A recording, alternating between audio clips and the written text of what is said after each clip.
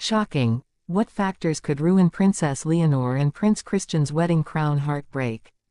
Two young royals. A fairy tale future. But whispers echo through palace halls. This wedding may never happen. Because love isn't the only force at play.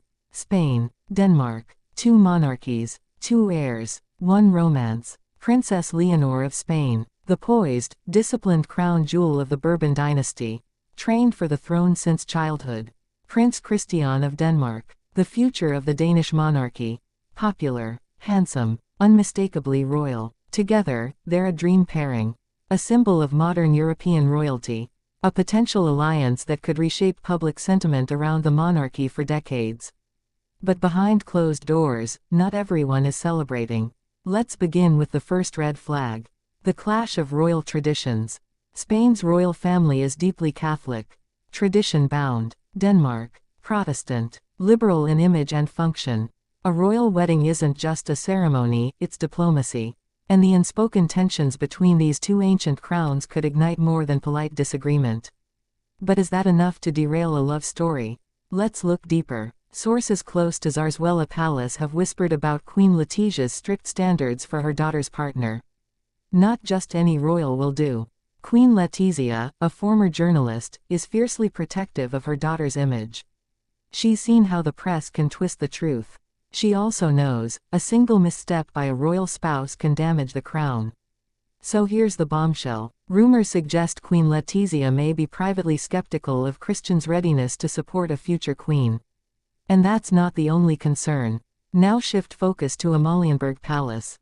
The Danish court has a reputation for discretion, but there's no denying, Christian has grown up in the shadow of family scandal.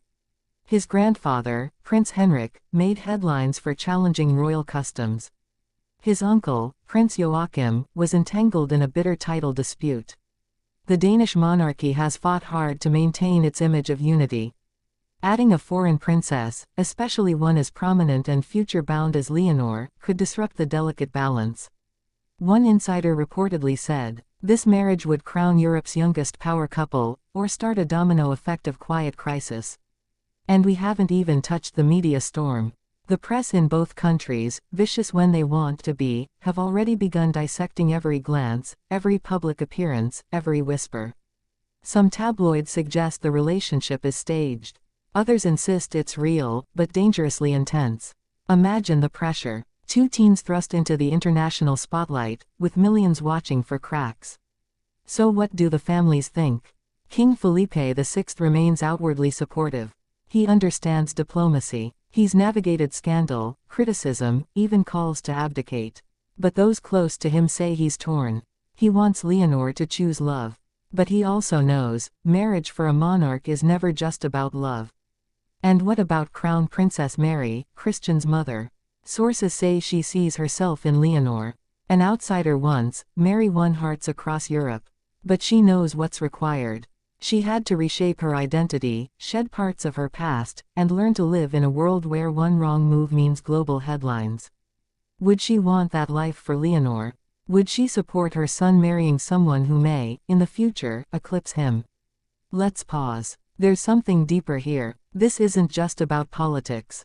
It's about two young people born into roles they didn't choose, trying to find love in a world that watches everything. And love alone may not be enough. Some royal watchers believe the biggest threat isn't tradition, politics, or the media. It's timing. Leonor has just begun her military training. She's proving herself not just as a princess, but as a future commander-in-chief. She's focused, determined, loyal to her nation above all. A marriage now could distract, derail, or divide her priorities. Meanwhile, Christian is still navigating university life. He's stepping into public duties. But he's not yet forged a clear path. Could their lives truly align? What happens if one rises faster than the other? If public opinion in one country shifts? If the love they feel now fades under pressure they can't control? And then there's the royal rulebook. Marriage between heirs is not simple. There are inheritance rights, succession laws, national allegiance oaths. Some legal experts argue the Spanish constitution may require Leonor to renounce certain claims if she marries a foreign royal. That's no small ask. And Denmark's constitution. It's clear, the monarchy must remain Danish in heart and identity. So what happens when a future Spanish queen shares a life with Denmark's crown prince? What flag comes first? Still, there are moments, quiet, tender ones, that make people believe this could work. Leonor and Christian were seen speaking warmly at a royal event in Oslo. Body language experts noted their ease, their comfort, the way they subtly mirrored each other. Not staged, not forced, genuine, but even the strongest spark can be smothered by storm winds. Let's look at precedent. Royal unions between powerful houses have rarely ended cleanly. Think of Charles and Diana. The pressures of monarchy consumed their intimacy. Or look at the failed engagement between Princess Madeleine of Sweden and Jonas Bergstrom, public love, private fracture. Are Leonor and Christian doomed to repeat history? Or could they rewrite it? There's also the wildcard, public approval. Modern monarchies survive by consent.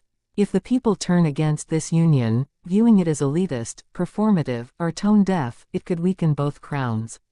Especially in Spain, where Republican sentiment simmers beneath the surface. A controversial royal wedding could ignite unwanted debate. So what now? Multiple sources suggest the royal houses are taking a wait-and-see approach. No official engagement, no firm denial, just silence and strategy. The question isn't just will they marry, it's should they. Is a wedding between two crowned hearts a fairy tale fulfilled, or a future risked? There's one more twist. Some insiders whisper of a third party. A quiet friendship Christian once had with a noble-born girl in Denmark, someone the palace considered more suitable. The timing of their rumored split overlaps suspiciously with his growing connection to Leonor. Coincidence? Or royal calculus? And Leonor, her intense bond with a childhood friend, fiercely private, has sparked its own rumors. Nothing confirmed, but enough for courtiers to raise eyebrows. In the end, no one knows how this story ends. Will they rise as Europe's golden couple? Or will pressure, politics, and palace power plays destroy what could have been? We are watching the beginning of a legacy, or the unraveling of one. This isn't just a love story. It's the battle between heart and crown. And the next move is theirs.